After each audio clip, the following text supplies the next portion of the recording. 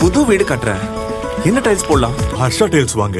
இது ஆர்டினரி இல்ல, extraordinary. Harsha tiles. நாளை நடைபெறவுள்ள நம்பிக்கை வாக்கெடுப்பில் அவர் வெற்றி பெற வேண்டும் என்பதை மனமுவந்து வாழ்த்தினோம். அனைத்து கட்சி தலைவர்களையும், குறிப்பாக முன்னாள் முதல்வர் திராவிட முன்னேற்ற கழகத்தின் தலைவர் மதிப்பிற்குரிய ஸ்டாலின் அவர்களை, துணை முதல்வர் உதயநிதி ஸ்டாலின் அவர்களை அவரது இல்லத்திலேயே சென்று சந்தித்து ஒரு புதிய வரலாறு படைத்ததை சுட்டிக்காட்டி அவரை பாராட்டினோம்.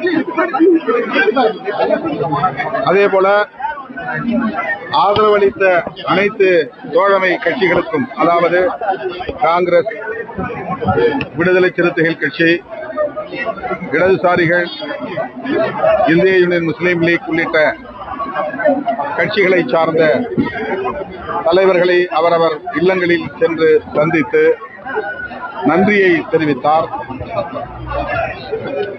அதேபோல அதிமுக தலைவர், பொதுச் செயலாளர் எடப்பாடி பழனிசாமி அவர்களையும் சந்திக்க வேண்டும் என்பதை எங்களுடைய விருப்பத்தை வெளிப்படுத்தினோம்.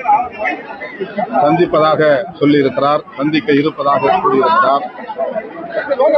இந்த அணுகுமுறை தமிழக அரசியல் களத்தில் ஒரு புதிய அணுகுமுறை, அரசியல் நாகரிகத்தின் முதிர்ச்சி. அதை நாங்கள் வெளிப்படையாக சுட்டிக்காட்டி பாராட்டினோம். ஒரு தரப்பு புரிஞ்சு முதலமைச்சர் சந்திச்சிருக்காங்க, ஆதரவு தெரிவித்ததா சொல்லியிருக்காங்க. இதை எப்படி பாக்குறீங்க? பொதுச் செயலாளர் மீட் பண்ணாரு. அதிமுகவில் நடைபெறுகிற உட்கட்சி பிரச்சனை, அதிலே நான் கருத்து சொல்ல இயலாது.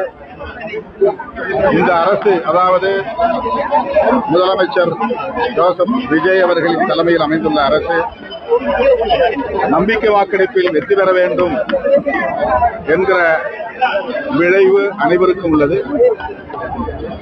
அந்த வகையிலே அவர்கள் அந்த முயற்சியை மேற்கொண்டிருக்கலாம். ஆனால் அதில் வேற எதுவும் கருத்து சொல்ல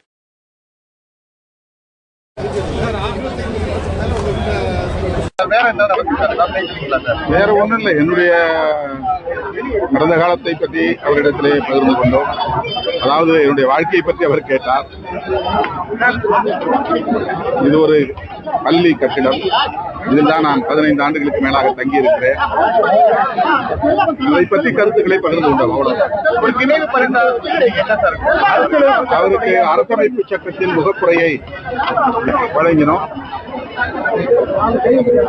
அந்த முகப்புரையில் சொல்லப்பட்டிருக்கிற கோட்பாட்டை அவர் பின்பற்றும் வகையில்தான் பாஜக அங்கம் வகித்த தேசிய ஜனநாயக முன்னணியின் ஆதரவை கோராமல் தன்னுடைய ஆட்சி அமைப்பதற்கு ஆதரவு கோருகிற போது திமுக அணியில் இடம்பெற்றுள்ள கட்சிகளை அவர் அணுகினார், கடிதம் எழுதினார். அரசமைப்பு சட்டத்தில் செக்குலரிசம் என்பது உயிர் மூச்சு கோட்பாடு. அந்த வகையிலே அவருக்கு நாங்கள் இந்திய அரசமைப்பு சட்டத்தின் முகப்புரையை, அதாவது பிரியாம்பிள் ஆஃப் தி கான்ஸ்டிடியூஷன், அதை அவருக்கு ஒரு பரிசாக வழங்கினார்.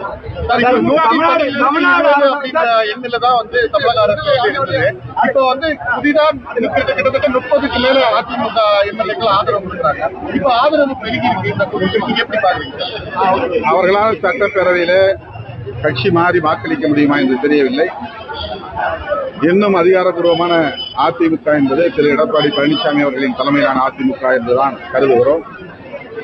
போட்டி அதிமுகவாக அவர்கள் விலகி அல்லது தனி குழுவாக இயங்கும் நிலையில் அவர்களுக்கு விப் கொடுப்பது யார், கொறடா ஆணை பிறப்பிப்பது யார் என்ற கேள்வி எழுகிறது.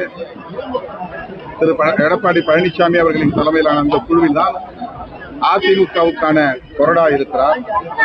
அவர் 47 பேருக்கும் நாளைக்கு எப்படி வாக்களிக்க வேண்டும் என்கிற ஆணையை பிறப்பிப்பார்.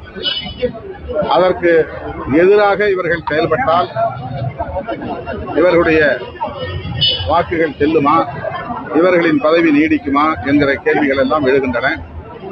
பேரவைத் தலைவர் தான் அதை முடிவு செய்வார். எனக்கு தெரிந்த வரையில் அவர்கள் பெரும்பான்மையாக இந்த கட்சியிலிருந்து ஒரு குழுவாக தனித்து இயங்கினாலும் கூட அவர்களுக்கான அங்கீகாரம் பேரவைத் தலைவரால் அளிக்கப்படுமா என்கிற கேள்வி இருக்கிறது. எனவே அவருடைய வாக்குகள் செல்லுமா செல்லாதா என்று எனக்கு தெரியவில்லை. முதலமைச்சர்